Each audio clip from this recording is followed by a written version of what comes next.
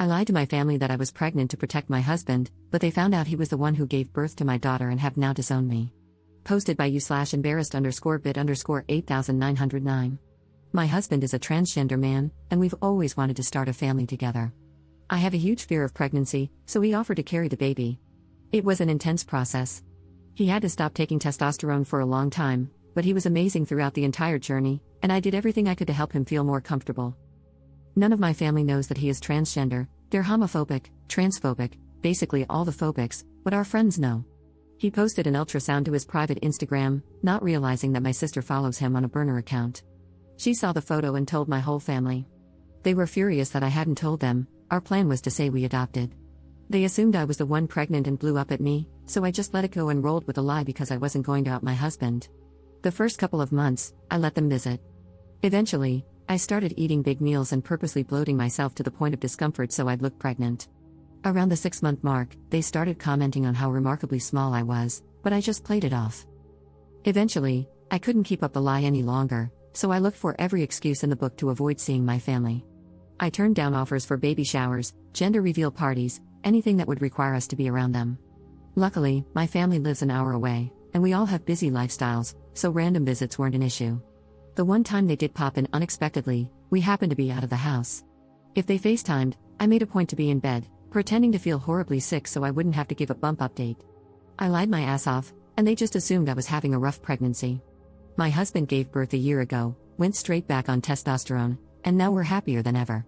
My family has met our daughter, and they absolutely adore her.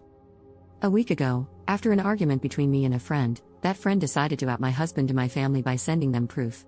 They created a group chat with everyone, posted screenshots, and shared the whole story. Then they added, "I'll leave you all to discuss," left the chat, and blocked both me and my husband. In a transphobic rage, my mother raced to my home and practically beat down my front door. It wasn't pretty. I had to call the cops. I've been disowned, but that hasn't stopped the daily calls and texts from my parents, aunts, uncles, siblings, and others, leaving hateful transphobic slurs on my voicemail and other cruel messages. Yesterday, I ended up crying to a friend, who told me I should have been honest with my family from the start, as it might have saved me a lot of heartache. They suggested that I could have said we miscarried and then claimed we adopted later. I'm not happy with how things turned out, and I just feel so sad now. Maybe it was wrong to lie to my family, but at the time, I felt like I had no choice. Edit. My husband has always encouraged me to maintain a relationship with my family, though it was mostly for his sake. Personally, I mentally checked out years ago. When they met him, they welcomed him with open arms and treated him like a son. Yes, it was conditional on their assumption that he was cisgender, but we never intended for them to find out otherwise. He felt a familial love he's never experienced with his own family, which is why I kept my relationship with my parents at his request. If it weren't for him, I most likely would have cut them off a long time ago. I'm sad that this has happened, but most of my sadness is for my husband rather than for myself. As for the friend who outed him, they're obviously no longer a friend and never will be again. The other friend who said I should have told the truth is on thin ice. Commenter. How did he hide his baby bump and other body changes from them? Ops response. He's a rather large guy, both tall and broad. Beneath baggy clothes, it was hard to tell he was pregnant until around the 7-month mark.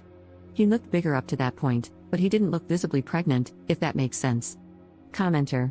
What was the fight between the ex-friend about? Ops response. The fight was about them becoming homeless and us not being able to help as much as they would have liked. They failed to pay their rent and wanted to move in with us because they were being evicted. I said no because this person is unstable and drinks to the point of getting physical. Instead, I offered to help them find government housing for low-income earners, but that wasn't enough. They asked for money, and we said no. I'm fairly certain they were intoxicated when they created that group chat. Update 1 day later. I got caught up in some other stuff outside Reddit for a few hours. First, thank you all so much for the overwhelming amount of support and care. I wish I could reply to everyone. Y'all are right that my husband is one tough cookie, and he's too wonderful for his own good sometimes. Second, my apologies to all the transphobes who were upset by my post. It must be horrible being so fragile. Get well soon. Third, after reading all of your comments, my husband and I decided that moving will be the best thing for us. It's scary because it's such a big change, and we'll be in an unfamiliar place, but we're looking forward to living in a more LGBTQIA+ friendly area. I've asked a friend to call in a welfare check on this ex-friend since they are technically missing, but I'm washing my hands of this whole situation and anything to do with this person. Again, thank you all so much for the love and support. Second update 3 months later. Hi all, it's been over 3 months since my post blew up on Ida. I messaged the mods for approval to provide an update, but unfortunately, that wasn't possible due to the controversial nature of my original post, which I completely understand. Firstly, thank you all for the support. I was absolutely blown away and never expected my post to gain as much attention as it did.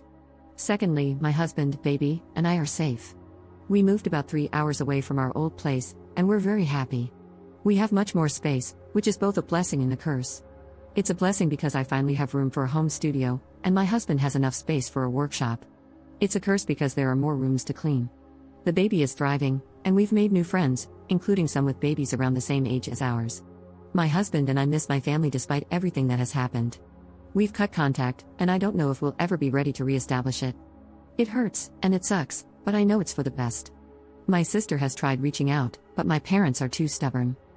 Now, onto an update about our friend who outed my husband. I did end up calling for a welfare check on them, as nobody had heard from them for over a month, and none of our friends wanted to call it in themselves. Because they were homeless, it was difficult to track them down, and they weren't considered a high priority despite presenting as manic the last time someone saw them. Unfortunately, their body was recovered a little over 2 weeks ago after their car was found. My husband and I were distraught and still don't feel like it's quite real. We attended their funeral and said our goodbyes. We are considering speaking to a grief counselor together, as we've experienced a lot of loss through this whole ordeal. So, that's about it. Not the happiest update, but I thought I'd hop on and share it anyway.